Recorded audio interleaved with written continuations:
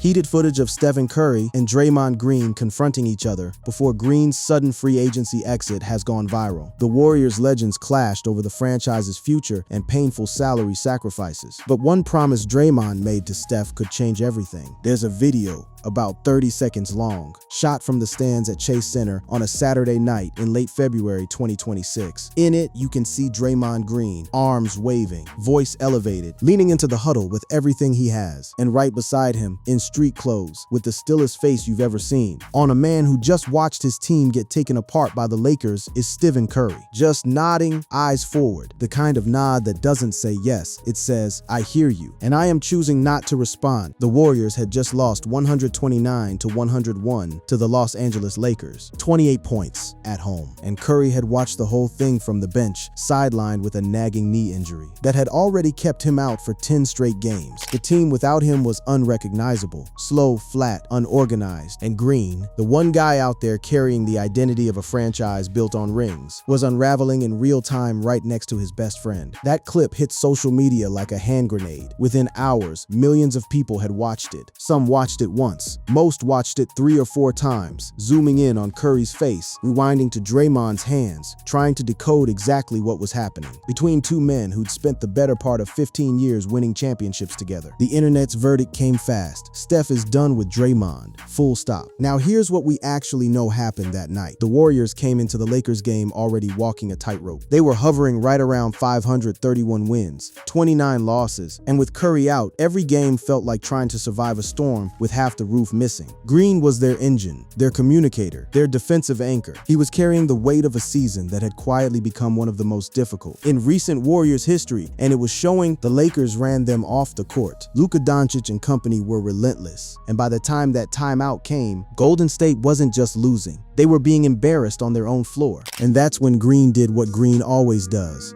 He talked, loudly, with everything in him. He addressed the team during a break in play, standing over the bench, demanding more, demanding focus, demanding that somebody wake up and compete. And Curry, in his street clothes, on the sideline, watching a game he couldn't play in, just stood there. The body language told a story, or at least the internet decided it did. One post framed Curry's expression as a man watching his homeboy crash out after a minor inconvenience. Another said Curry looked like he was dissociating.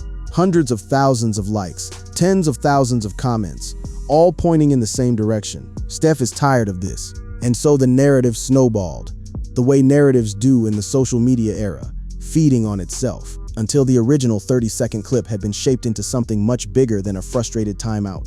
3 specific reactions stood out from the wave of responses that followed. The first came from the account Brick Center, which posted the clip with the caption, "Steph Curry is sick of Draymond." And that post alone racked up engagement. The Warriors' PR team couldn't have dreamed of generating organically. The second came from Ty Ingachira, who drew the comparison to watching your best friend crash out, when you know the real pain is something deeper, something they're not saying out loud. And the third, the one that actually mattered, came from Draymond himself, who sat down on his podcast, The Draymond Green Show, and decided to address every single person who thought they could read the room from their phone screen. Green was calm about it, which was almost more unsettling than if he'd been fired up. He talked about watching the video himself. He talked about the way people project their feelings about him onto Curry whenever the two are in frame together. And then he made his central point, the one that either settled the debate or doubled down on it, depending on which side you were already on. He said he speaks to Curry every single day. He said that when he looked at Curry's face in that clip, he didn't see frustration or exhaustion. He saw agreement. He saw a teammate who understood exactly what was being said and was nodding because he was, in Green's own word, in agreeance.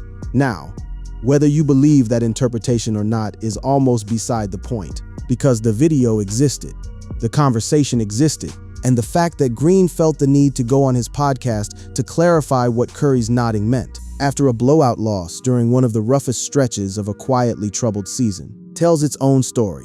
You don't have to decode Steph Curry's expression to know something was boiling under the surface of this Warriors team. All you had to do was watch the season unfold. Let's be honest about the context the clip was born into. Curry had been out for 10 consecutive games with a lingering knee issue, runner's knee, the kind of injury that doesn't announce itself with a single violent moment, but instead chips away at you slowly, He'd spoken to ESPN's Malika Andrews during the Lakers game, telling her he was feeling better day by day, but that the healing was unpredictable. He said once he got back on the court, it would be a little bit of a pain tolerance thing. And then he stood on the sideline and watched his team get blown out by 28 points. That context matters because what Green was reacting to in that timeout wasn't just a bad game. It was the accumulation of a season that had gone sideways in almost every direction possible. Jimmy Butler, the big off-season acquisition, was done for the year with a torn ACL. Kristaps Porzingis, acquired mid-season in a move meant to add size and shooting, had played exactly one game since arriving. The Warriors had built their year around a core that kept getting dismantled by injury and circumstance. And Green, one of the few healthy veterans standing, was doing what he's always done, trying to hold the whole thing together through sheer force of will and volume. The numbers from that night against the Lakers told their own grim story. Green finished with 7 points, 6 rebounds, and 6 assists. Not bad on paper, but he shot 3 for 8 from the field and 1 for 5 from 3. And his plus-minus was -30, the worst on the team. So when fans started directing their frustration at him after the clip went viral, it wasn't entirely without foundation. The Warriors were 23-16 when Curry played. They were 8-13 when he didn't. The difference between those two versions of the same team was stark, and everyone, including Green, felt it. The stat line and the body language and the losing record all pointed back to the same uncomfortable truth. The Warriors without Stephen Curry on the court aren't a playoff team. They're a play-in team at best. And with Curry sidelined for 10 straight games, Green had been left holding the identity of a franchise that had built its entire reputation on a specific kind of basketball. Fast, precise, connected, and watching that identity erode in real time. When Green addressed the clip on his podcast, he was direct about it. He acknowledged the viral moment. He called out the people projecting onto Curry. And then he added the line that stuck. We were getting our ass kicked, so you're not going to be sitting there smiling or enthused. That's not a denial. That's a description of a painful moment inside a painful season. Nobody on that bench, not Green, not Curry, not any of the young guys trying to hold the floor, was feeling good about where things stood. The difference was that Green showed it with his whole body, and Curry showed it in the stillness of his face. So who was right? The internet reading betrayal into every frame, or Green insisting it was nothing but shared frustration between two guys who'd been in the trenches together for over a decade? The answer, as it usually is with this Warriors team, is somewhere in the middle, and it requires going back much further than one timeout in February to understand it properly. Because this wasn't the first time a Draymond Green moment had gone viral for the wrong reasons. It wasn't even the first time that season. In fact, by the time that Lakers clip landed online, there had already been a moment months earlier, an explosive, tunnel-shaking altercation between Green and head coach Steve Kerr during a game in December that had set the whole conversation about Green's future with Golden State into motion in the first place. That was the real inciting incident. The Curry clip was just the moment the internet caught up to what had already been brewing inside the walls of Chase Center for months. So let's go back to the night Green walked off the bench and into the locker room during a live game. Back to the argument that made Steve Kerr stand in front of cameras the next day and call it not my finest hour. Back to the moment that even the most loyal Warriors defenders had to sit with and ask, is this still working? Because that night in December, the game against the Orlando Magic, is where this whole story actually starts. December 22nd, 2025, Chase Center. The Golden State Warriors hosting the Orlando Magic, trying to string together back-to-back wins and climb back to respectability after a stretch that had been quietly brutal. They were sitting at 15-15, exactly 500, which sounds fine until you remember that this is a franchise with 4 championships, and 500 in late December feels like the building is on fire. The game was close, tight, grinding, the kind of game where every possession carried weight. The Warriors were trailing 71-66 early in the third quarter. Not a crisis, but not comfortable either. And then Draymond Green committed a turnover. Just one. His first of the night. Not a pattern, not a meltdown. One bad play in an otherwise decent half. He'd been the one running their offense, moving the ball, organizing the defense. By most measures, he was having a good game. Steve Kerr called a timeout. And in that timeout, in those few seconds where coaches try to reset and refocus, something snapped. Kerr had been frustrated with his team's focus. Green, in the middle of disputing a call with an official just before the whistle, came into the huddle already heated. Kerr pushed back. Green pushed back harder. And within seconds, what was meant to be a coaching moment became a screaming match between two of the most intense, competitive people to ever share a sideline. Moses Moody tried to step in. Assistant coach Jerry Stackhouse moved toward Green, trying to calm the situation before it escalated further. But the words had already been said, whatever they were, because neither man ever revealed the specifics, and Green made a decision. He stood up. He said a few final words to Kerr, and then he walked down the tunnel toward the locker room, leaving his team behind. During a live game in the third quarter, with 20 minutes still to play, Kerr made his own decision in response. When Green returned to the bench before the fourth quarter started, Kerr chose not to put him back in. The Warriors played the rest of the game without their defensive anchor, their emotional leader, their most vocal presence. And what happened next made the whole thing more complicated, because the Warriors won. Not just barely. They ran Orlando out of their own building, finishing with a 120-97 victory, a 23-point margin that came almost entirely after Green had left. Curry, still playing at that point, went a perfect 6 for 6 in the third quarter and finished with 26 points. Butler added 21. The team without Green found something, and that was an uncomfortable thing to sit with. After the game, Green faced reporters. He was composed, controlled, more composed, honestly, than the version of him that had left the bench an hour earlier.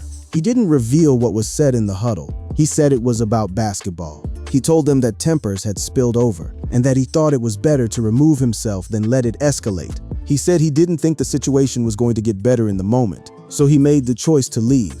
And in that framing, he managed to make his exit sound almost rational. But nobody in that press room, and nobody watching at home, missed what the moment actually looked like. A star player walking off during a live playoff-relevant game because he couldn't get through a disagreement with his coach.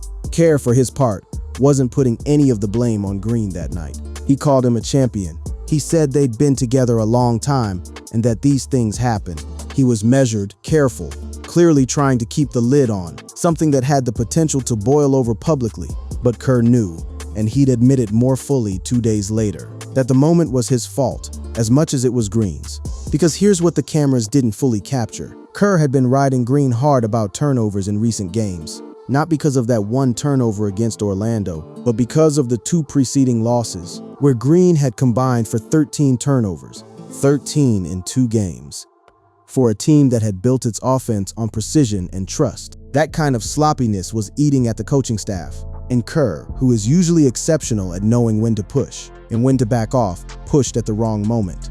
He admitted it publicly 2 days later on Christmas Eve in what was described as a remarkable 15-minute media session.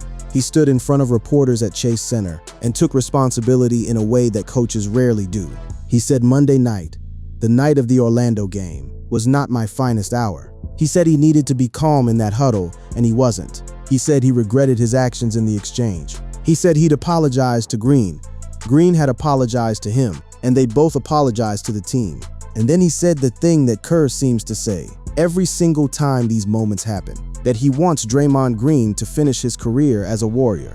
2 days after the game, 2 days after Green walked off the bench in front of thousands of fans and millions of viewers, 2 days later, his coach is standing on a podium calling it not my finest hour. That's a remarkable thing to witness. Most coaches would deflect, manage, pivot. Kerr went the other direction. He owned it, deeply and publicly, in a way that made clear how much this relationship means to him. He talked about 12 years together. He talked about the Warriors going through ups and downs the way families do. He called Green complicated and complex, and meant both those things as compliments. But here's the detail that gets overlooked in all the warmth of Kerr's press conference language. It was the second straight game that Green had departed prematurely. The night before the Orlando argument against the Phoenix Suns, Green had been ejected after only 8 minutes of play. 8 minutes. That means in 2 consecutive games, Green was off the floor for the vast majority of the action. Once because a referee threw him out, and once because he threw himself out, and the Warriors won both of those games without him. That pattern was the part people couldn't stop talking about. Not the argument with Kerr, not the specific words exchanged in the huddle, the win column. Golden State had turned a corner when Green exited. Their offense loosened up. their movement improved.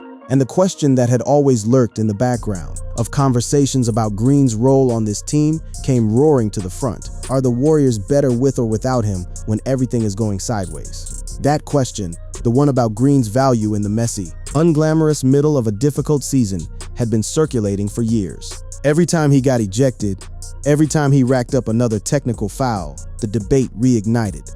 But this was different, because the numbers weren't abstract anymore. The Warriors were playing visibly better basketball in the minutes after he left. And the team as a whole, despite the chaos, despite the record, despite everything, was outperforming expectations in those stretches. It was starting to feel like the Green era might be in its final chapter, without anyone officially saying so. His stats for the 2025-26 season told part of the story. He was averaging around 8.5 points, 5.7 rebounds, 5.1 assists. Serviceable, solid, but not dominant. His shooting was inconsistent. He hovered around 41% from the field, a number that reflected both his natural limitations as a scorer and the general shakiness of a team in transition. He was still leading the league in turnover rate, and while his defensive impact remained real, he could still guard multiple positions, still disrupt, still organize the back line. The offensive chaos he sometimes created was becoming a harder cost to absorb. And underneath all of that, underneath the ejections and the viral moments and the podcast clarifications, was something that nobody on the Warriors had said out loud yet, but that everyone could feel. The dynasty that had been built around these men was being dismantled, piece by piece, not all at once. Klay Thompson was already gone. Jimmy Butler's ACL tear had written off the current season. Porzingis couldn't stay healthy. And Curry, the one constant, the one reason any of this still made sense, was sitting in street clothes on the bench, watching his team fall apart, nodding quietly while Draymond Green yelled. 2 months after the Orlando argument, the Lakers clip dropped. And while those two moments were separated by 60 days and a knee injury, they were connected by the same thread, a team carrying the weight of its own legacy through a season that was slowly stripping away everything that had made it work. The Warriors weren't collapsing, they were revealing, and what was being revealed in real time through cameras and podcasts and post-game press conferences was that the partnership between Stephen Curry and Draymond Green, the engine of everything Golden State had built, was being tested in ways that winning 4 championships had never required. But to truly understand why this moment landed the way it did on the internet, why 30 seconds of a timeout could send millions of people into a debate about the soul of a dynasty, you have to go further back. Not just to December 2025, not just to the 2025-26 season. You have to go back to the years of behavior that built the conditions for all of it. The suspensions, the controversies, the moments where Green's fire burned hot enough to cost his teammates something real. Because the reaction to that Curry clip wasn't just about Curry's face. It was about 15 years of watching Draymond Green be exactly who he is and wondering, finally, if the cost had become too high. To understand Draymond Green's role in the Warriors dynasty, you have to accept a contradiction that sits at the center of his entire career. The same quality that made Golden State great is the quality that has repeatedly put them at risk. The fire, the volatility, the absolute refusal to be calm in moments where calm would serve everyone better. That's not a bug in Draymond Green's design. It's the main feature. The Warriors knew what they were getting when they built a dynasty around it. And for a long time, the championship trophies made the math easy. Go back to the 2016 playoffs. Green was suspended for Game 5 of the NBA Finals against the Cleveland Cavaliers, suspended for accumulating flagrant foul points after a hit on LeBron James's groin. The Warriors blew a 3-1 series lead. They lost the championship, and the conversation about how much Green's suspension cost them. That series has never fully gone away, because it was the first, most dramatic example of the cost of his volatility. The Warriors were one controlled moment away from being 5-time champions, instead of 4. One moment of restraint that never came. That was 2016. Jump forward to 2022, the year they won their most recent title, and Green's fire looked like pure genius again. He was orchestrating, defending, communicating, doing everything the textbooks say a great big-picture basketball player should do. The championship felt like vindication. It felt like proof that the formula still worked, that Green's combustibility was a price worth paying, because the ring at the end justified every technical foul and every ejection along the way. But the very next season, 2023, began the unraveling. It started in training camp, before a regular season game had even been played. Green punched Jordan Poole, not during a heated game moment, not in the heat of competition. During practice, a closed-door session that was meant to be developmental, controlled, internal, and Green hit a teammate so hard, it fractured the team's chemistry in a way that, according to head coach Steve Kerr himself, they never fully recovered from. The punch was caught on video, the video leaked, and the fallout was immediate and lasting. Poole, who had been developing into a legitimate third scoring option for Golden State, one of the foundational pieces of their next competitive run, was traded to the Washington Wizards days after Green signed a new contract extension. The sequence of events was brutal in its clarity. Green hit Poole, the Warriors chose Green, and Poole was gone.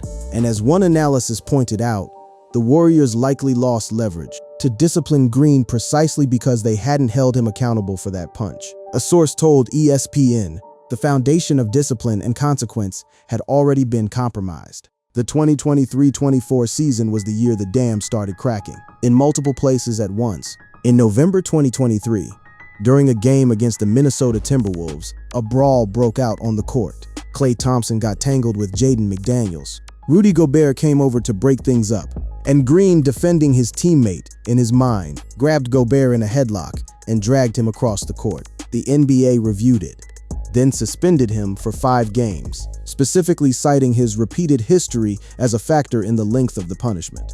Green apologized, he came back, and then it happened again. Weeks later, during a game against the Phoenix Suns, Green swung at Jusuf Nurkic and connected. The NBA suspended him indefinitely. The final tally came out to 16 games missed, the longest suspension of his career. 16 games, for a team that needed every healthy body it could get. 16 games without its defensive anchor and primary communicator was devastating. The Warriors went 7-9 in those games. And when Green came back, the team was already too far behind to make the kind of run that matters. Klay Thompson watched all of it, publicly. He was measured, the way Splash Brothers teammates tend to be, when asked about Green's behavior. When Green eventually asked him on his own podcast to be brutally honest, Thompson took a few seconds to gather himself before responding. What he said was diplomatic but pointed. He called Green a throwback player in a modern league that had changed its rules and its culture around physical play. It wasn't a condemnation, but it wasn't nothing either. The fact that Thompson needed several seconds of silence to figure out how to answer the question says something about what those years of volatility felt like from the inside. And then, at the end of the 2023-24 season, Klay Thompson made his decision. He left the Warriors in free agency, signing with the Dallas Mavericks. The man who had spent 11 years building something in Golden State, alongside Curry and Green, who had come back from a torn ACL and a torn Achilles to keep playing in that system, chose to go. The Splash Brothers were done, and Green, in a moment of unusual transparency, admitted on the Post Moves podcast that Thompson's departure was the first wall of the dynasty falling. A part of this era ended when Klay left, he said, because Green knew he could feel the structural weight shifting. The Warriors had seen this coming. As far back as 2023, Green had declined his player option and explored free agency, receiving offers from teams like the Houston Rockets and the Memphis Grizzlies. He got cold feet. He came back. He re-signed on a 4-year, $100 million deal, and the organization made a choice at that moment. They chose Green over Poole effectively by giving Green the security that allowed Poole to be moved. It was a choice that reflected how deeply embedded Green was in the Warriors' identity. He wasn't just a player they could replace. He was the architect of their defense, the one who understood Curry's game at a cellular level, the one who made the system function. But by the time the 2025-26 season rolled around, with Thompson gone, with the new pieces not yet clicking, with Curry's knee acting up and Butler's ACL already torn, the question shifted. It wasn't whether they needed Green. It was whether the version of Green they were getting now was still the same as the version worth all of the chaos. His scoring was down. His efficiency was inconsistent. His turnover numbers were leading the league. And his behavior, the ejections, the bench argument with Kerr, the yelling during timeouts, was generating more coverage than his basketball. The December argument with Kerr wasn't an isolated eruption. It was the latest in a sequence. Earlier that week, during consecutive losses to Portland and Phoenix, Green had committed a combined 13 turnovers. 13. He'd been ejected against the Suns after only 8 minutes. Then he'd walked off the bench against the Orlando Magic. Then he'd gone on his podcast to talk about it. Then he'd had to address Curry's viral reaction weeks later. The pattern wasn't random. It was a man under enormous pressure, in a season that wasn't working, trying to will something into existence through force of personality when the talent around him wasn't enough to make it real. There's a version of this where Draymond Green is the hero of the story, the last warrior standing, the one refusing to accept mediocrity, the one still demanding excellence from a group of young guys who don't know what winning actually looks like. There's a case for that version. His defensive impact was still real. His IQ was still elite. The Warriors were genuinely better with him on the court than without him in terms of net rating, even in a down year. And when he was locked in, organized, focused, connected to Curry, flashes of what made them great were still visible. But there's another version, the one where Green's fire, which had always been a controlled burn, was starting to spread in directions nobody could predict anymore, where the ejections weren't just costing them a few minutes of good defense, but were actively destabilizing a team that desperately needed stability, where the podcast clarifications and the post-game defenses and the constant need to interpret what Draymond meant, all of it was creating a noise level that made it harder for the team to breathe. Both versions are true. That's the complexity of Draymond Green's career in total. And in a season where everything else was breaking down, that complexity became the loudest thing in the room. Louder than the wins, louder than the losses, loud enough that a 30-second clip of Curry's face could light up the internet for days and lead directly to the question that has been circling this partnership for years. How much longer can this last? The answer to that question started taking shape in the offseason. But before we get there, it's worth sitting with the full picture of what this season did to a team that had believed, entering the year, that the additions of Butler and Porzingis had given them a real shot at the playoffs. They'd believed it. Curry had gone on record before the season expressing his championship ambitions clearly. Green had been ready to compete. The pieces were there, or they were supposed to be. But Butler went down with an ACL tear, the kind of injury that ends seasons and alters futures. Porzingis couldn't stay healthy long enough to form any real continuity with the group. And Curry's knee, that runner's knee, the insidious kind that doesn't show up on a big dramatic play but just keeps whispering, kept him off the floor for stretches that felt like they lasted forever. Every time Golden State started to build something, another piece disappeared. And the team that remained, largely Green and a group of young players trying to find their footing, was left to manage expectations that the season had already blown past. The viral clip didn't create the tension in that Warriors locker room. The season created it. The injuries created it. The losses created it. The accumulated weight of being a dynasty in its final chapter, without quite being willing to admit that out loud, created it. Curry's face in that video was the face of someone carrying all of it quietly, in street clothes, watching his team lose by 28 points, nodding at a speech he may or may not have agreed with, in a season he couldn't fix from the sideline. And Green's body language was the face of someone who couldn't carry it quietly, who never has been able to, and probably never will. There's a kind of leadership that announces itself constantly. Press conferences, social media, declarations, and then there's the kind that operates in the background, quiet, consistent, load-bearing. Stephen Curry has always been the second kind. He doesn't yell at teammates. He doesn't storm off benches. He doesn't go on podcasts to clarify what his body language meant in a 30-second clip from a timeout. He plays basketball extraordinarily well. And when he can't play basketball because of a knee injury that keeps him in street clothes for 10 straight games, his leadership looks like standing still on the sideline and nodding. That contrast between Curry and Green has been the defining dynamic of the Warriors dynasty from the very beginning. And it's never been more visible than in the 2025-26 season, when the two of them were standing at a crossroads, a real one, not a metaphorical one, about what came next. Curry had established himself beyond any reasonable debate as one of the greatest basketball players ever. His career averages, his shooting records, his 4 championships, all of it placed him in conversations that didn't require a qualifier or a but. He was the real thing, the measuring stick.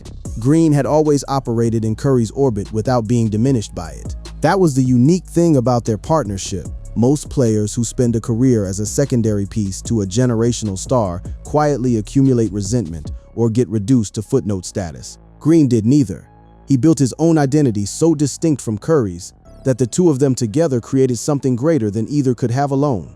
The shooter who never stops moving and the defender who never stops talking. It was chemistry, genuine and deep, forged through thousands of games, and enough shared pressure to bend lesser partnerships entirely. But the silence in that clip, Curry's silence, the stillness that the internet read as exhaustion, tells a story that goes beyond one game and one timeout. Because Curry had been silent about a lot of things over the past few years. Silent about the Jordan Poole punch. Silent about the Rudy Gobert chokehold. Silent about the Jusuf Nurkic hit and the 16-game suspension. Silent about the night Green walked off the bench against Orlando. Silent about what it meant to watch Thompson leave and to have Butler tear his ACL and to be standing in street clothes watching a 28-point blowout while your team fell apart around you. That silence is not nothing. That silence is a choice, a deliberate, consistent, deeply considered choice from a man who understands exactly what his voice means in the Warriors ecosystem. Curry knows that if he says something critical about Green publicly, it becomes the only thing anyone talks about. He knows that if he validates the internet's reading of that clip, it shifts the weight of every conversation they have for the rest of their careers together. So he doesn't. He nods. He's measured in press conferences. When a reporter asked him after the Orlando game about the vibes of the coverage, Curry pushed back, not defensively but gently, noting that the questions felt a little bit more negative than they should be.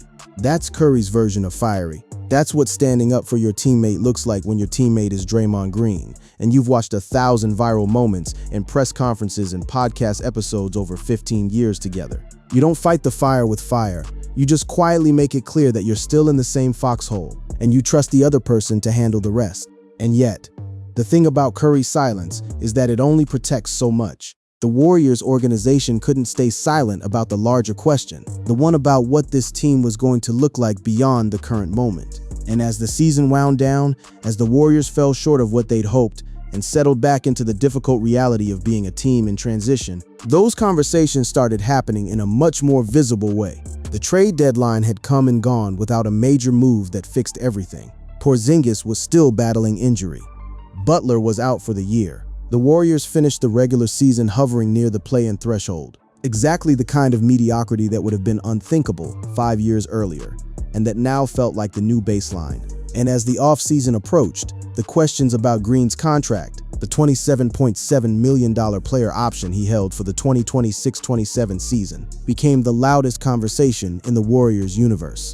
The conventional expectation heading into the summer was that Green would simply pick up his option. $27 million. Who walks away from $27 million? NBA insiders Mark Stein and Jake Fisher had reported that the Warriors' actual preference, the thing they'd been quietly hoping for, was for Green to decline the option and sign a new long-term deal at a lower annual salary.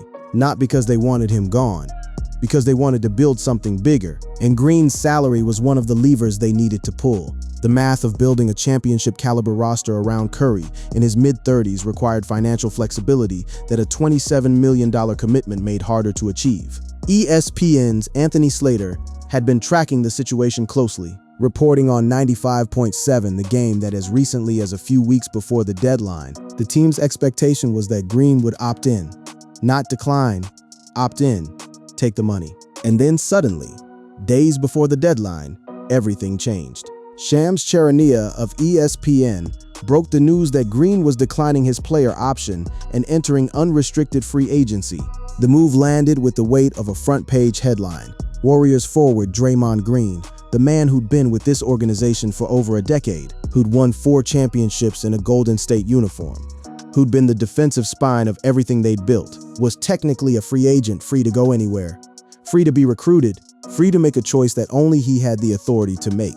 And in the hours after the news broke, he lit up his podcast account with a teaser, a bat signal gif, the promise of an announcement coming, that left every Warriors fan holding their breath. But the decision, as complicated as it appeared on the surface, carried an explanation beneath it. Green wasn't fleeing. He was facilitating, because the reason his declining the option made sense, the reason the Warriors had quietly hoped for exactly this outcome, was that it created the financial room to pursue the most ambitious rebuild in the franchise's modern history. The Warriors weren't just trying to patch together a playoff team. They were swinging for something much, much bigger. LeBron James, that was the name attached to the Warriors' ambitions as the offseason opened. LeBron, a close friend of Green's.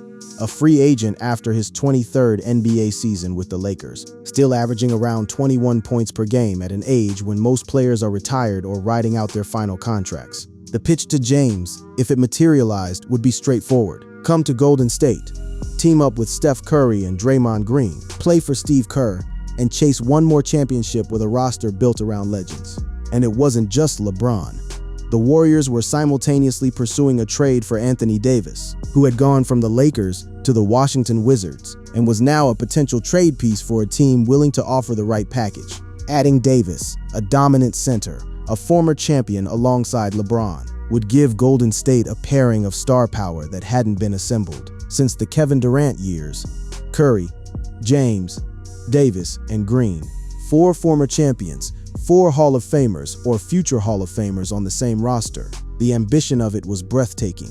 And Green's contract decision, declining that $27 million, likely to return on a team-friendly deal, was the first domino. Without him taking less, the math didn't work. The cap space wasn't there. The flexibility needed to bring in a player at Davis's level or to sign someone at James's simply didn't exist at full Green salary. So Green made a choice. He walked away from guaranteed money, real, enormous money, to give his team the room to chase something. That's not the move of a man who's done with the Warriors. That's the move of a man who wants one more run at something that matters. In May, before the option deadline had even arrived, Green had been asked whether he could see himself playing for another franchise. His answer was immediate. No, he couldn't see it. He'd said the Warriors were the only place that made sense. He said it with the kind of certainty that comes from 15 years of identity, being built around one city and one system and one partnership. And general manager Joe Dunleavy had echoed it publicly, saying the Warriors had made it clear they wanted Green to finish his career in Golden State, and that Green felt the same way. But finishing his career now meant something different than it had even a year ago. It meant not just being a piece of the current team, but potentially being part of a dramatic transformation, a final chapter that looked nothing like the chapters before it. No more Klay Thompson, no more Jordan Poole, no more of the core that had defined the dynasty's best years. Instead, the possibility of LeBron James and Anthony Davis and Steph Curry, with Green as the connector tissue, the defensive backbone, the guy who understood the system better than anyone alive. A new dynasty built on the ruins of the old one, with one foot in the past and both eyes on the future. That's where Curry's silence becomes the most interesting part of the whole story. Because while the Warriors' front office was moving pieces and Green was making his contract decision, and the internet was still debating what a 30-second timeout clip meant, Curry was mostly quiet. He'd spoken about his knee healing. He'd expressed championship ambitions before the season started. He'd made one comment about the vibe of the media questions, and he'd nodded quietly, while Draymond yelled at the bench. But behind that silence was a man watching his window. Curry turns 39 during the 2026-27 season. He's not done. Nobody who watched him this year would say he's done. But the arithmetic of a basketball career is unforgiving, and he knows it better than anyone. Every season that doesn't end with a ring is a season that's gone. Every knee injury, every blowout loss, every play-in game, instead of a playoff game, narrows the remaining space for something historic.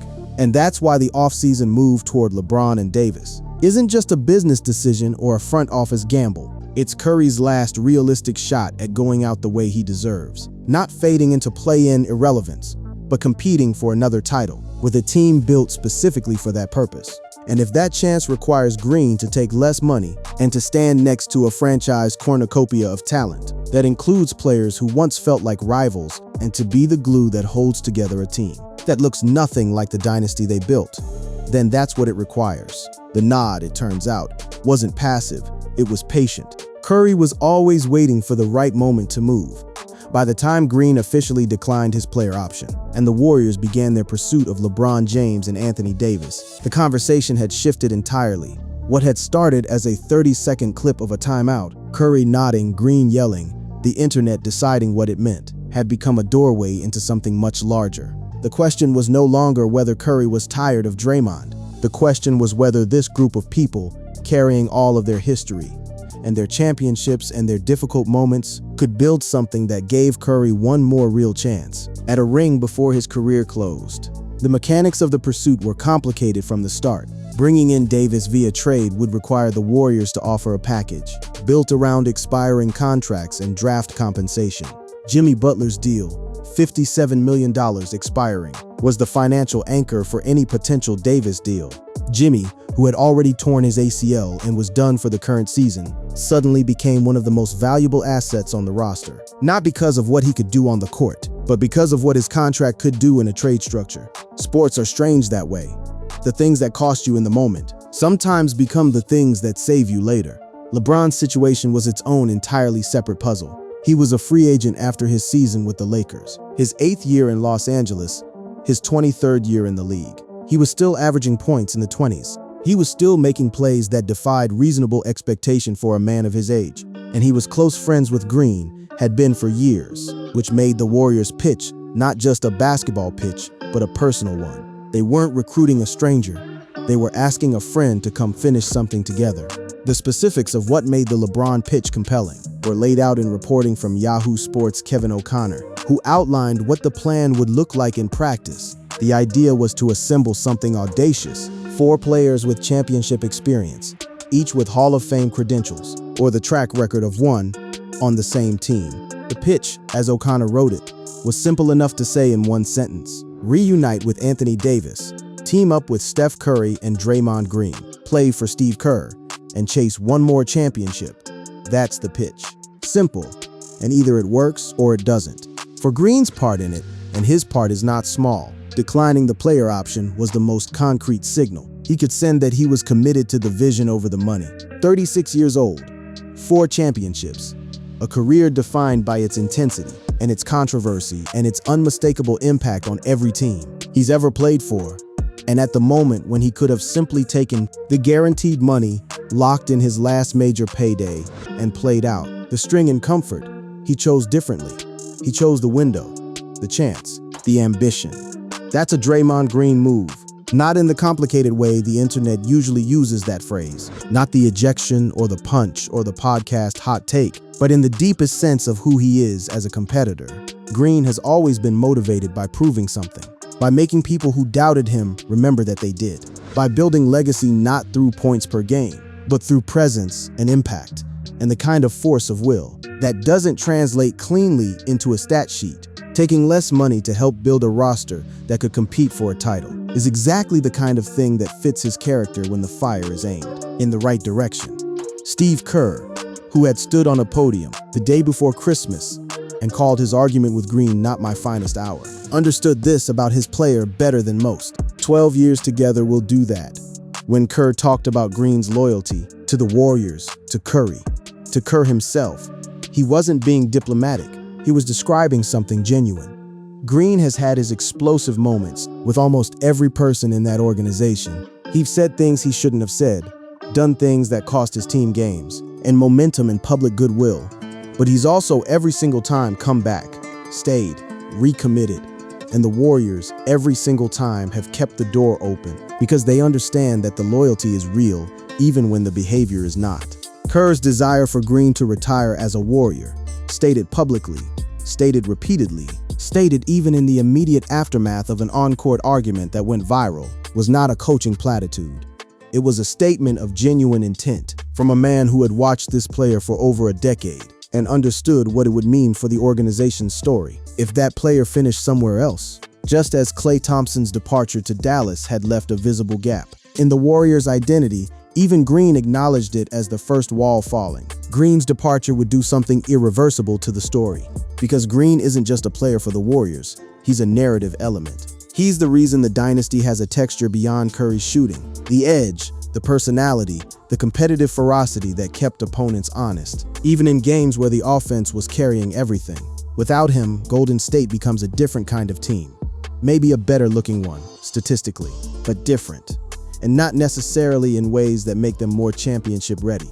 Now, the offseason was moving fast. Green's bat signal teaser on social media, the promise of an announcement on his podcast, left everything officially unresolved in the public eye, but the reporting pointed in one direction: he'd be back, at a lower salary, on a deal that gave the Warriors flexibility, because he wanted to be part of whatever came next. The expectation, according to multiple insiders, was that the Warriors' preference was for a long-term deal that lowered his annual number enough to make the other pieces possible, and that Green was aligned with that outcome.